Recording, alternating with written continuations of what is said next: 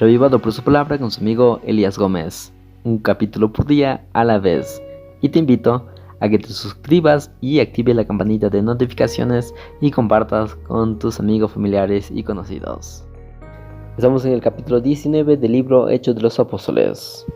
El capítulo es la continuación de lo que menciona el versículo 23 del capítulo 18, donde Pablo sale a recorrer las regiones de Galacia y Frigia. Mientras que Pablo estaba predicando allí, Apolo estaba predicando en Éfeso. Después que Apolo se fue de Éfeso y se fue a Corinto, Pablo vuelve a Éfeso y se cumple lo que decía el verso 21 del capítulo 18. Si Dios quiere, volverá a visitarlos. Obviamente que Dios quiso y el viaje de retorno a Éfeso fue eficaz. Y en Éfeso Pablo volvió de nuevo a predicar el evangelio. Y es allí donde Pablo se encontró con unos tipos que eran, verso 7 dice que eran unos 12 hombres que afirmaban haber sido bautizados en el bautismo de Juan el Bautista. El problema no era el bautismo en sí. El problema era de que ellos se habían bautizado con una verdad incompleta. Muchas personas son bautizadas en sus iglesias, son bautizadas de forma consciente y de todo corazón lo hacen y se entregan a Cristo a través del bautismo. Pero no hay nada de malo en bautizarse otra vez.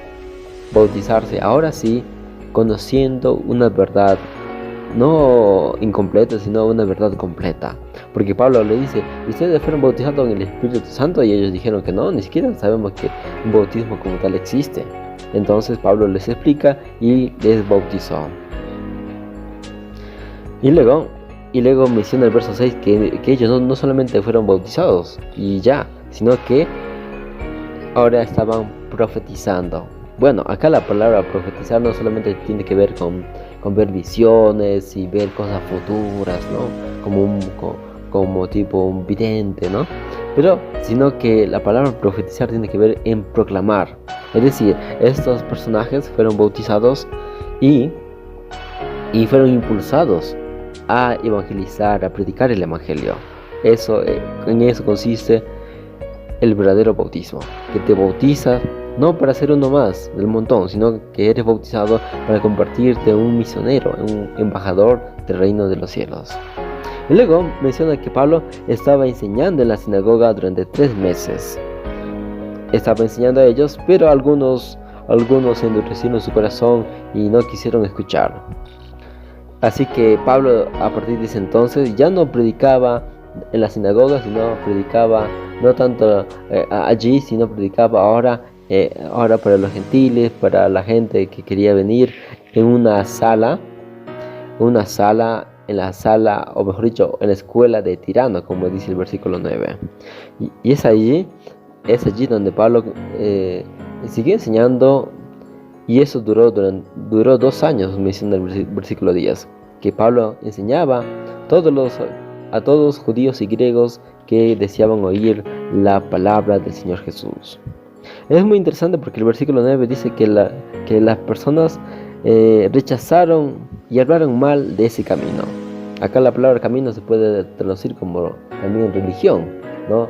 Que la gente rechazaba diciendo, Pablo predica de ese camino, de esa religión que está haciendo confundir a la muchedumbre. Bueno, luego en el versículo 11 menciona que Dios obraba milagros.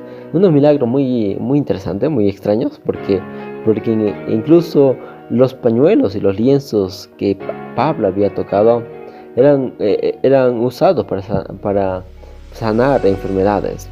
¿Por qué? ¿Por qué se registra este versículo? Porque en aquella zona, en aquel lugar, en Éfeso, la gente era muy supersticiosa, se practicaba la magia, la hechicería, se practicaba la adoración a la diosa Artemisa o también diosa Diana, se practicaba el exorcismo, había esas cosas, ¿no? Así que Dios permite que que incluso los pañuelos y los lienzos que Pablo usó se han usado como, como objeto de sanación, no porque el objeto sea en sí tenga un poder mágico, sino porque para resaltar cuán importante es la fe. La gente entonces comenzaría a tener fe en el Evangelio, fe en ese camino, y no fe en los magos, en los idólatras de Éfeso. Porque en el versículo 13 en adelante se menciona que había personas que querían aprovecharse e incluso usaban el nombre de Jesús para ganar fama. Y ahí es donde se registra un acontecimiento. Dice que algunos exorcistas judíos ambulantes intentaron invocar el nombre de Jesús, pero el espíritu demoníaco que estaba en esa persona, al cual estos falsos exorcistas querían sacar, les dice así: conozco a Jesús y sé quién es Pablo, pero vosotros, ¿quiénes sois? La palabra conozco en el griego koiné, está ginosko, que quiere decir reconozco la autoridad de Jesús, sé quién es Jesús, y sé quién es Pablo. Aquí la palabra es epistemai, es decir, estoy familiarizado con lo que es Pablo, sé quién es Pablo, escuché su nombre, sé quién es él, pero ustedes no los conozco, es decir, no veo en ustedes autoridad, no estoy familiarizado con ustedes porque veo que ustedes no predican el Evangelio, ustedes de la nada aparecieron. Y es ahí donde estos espíritus demoníacos se abalanzaron ante estos falsos predicadores, ¿no? Y el verso 17 dice: y esto fue conocido por todos los habitantes de Éfeso, tanto judíos como griegos, y el temor se apoderó de ellos y magnificaba el nombre del Señor Jesús. Aquí es donde el nombre de Jesús comienza a tener más relevancia, no solamente porque el nombre de Jesús sanaba, no solamente porque el nombre de Jesús era un mensaje de salvación, sino que ahora la gente era consciente de que el nombre de Jesús no lo puedes usar de forma vana y superficial. Ahora reconocían que el nombre de Jesús representa a Cristo, al Mesías, en quien encontramos salvación. Y es por eso que la gente comenzó a convencerse de sus malas prácticas, se convencieron de que la magia, la idolatría no era para nada bueno, ¿no? Que era mejor tener fe en el nombre de Jesús, tener fe en el Evangelio, tener fe en esa religión, ese camino.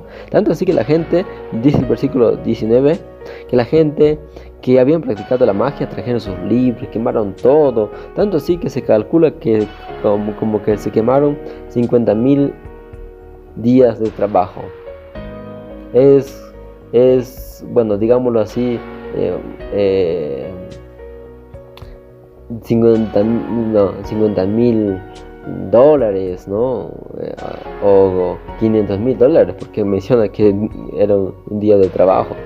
En otras palabras, el material que se quemó era harto, era demasiado, era bastante.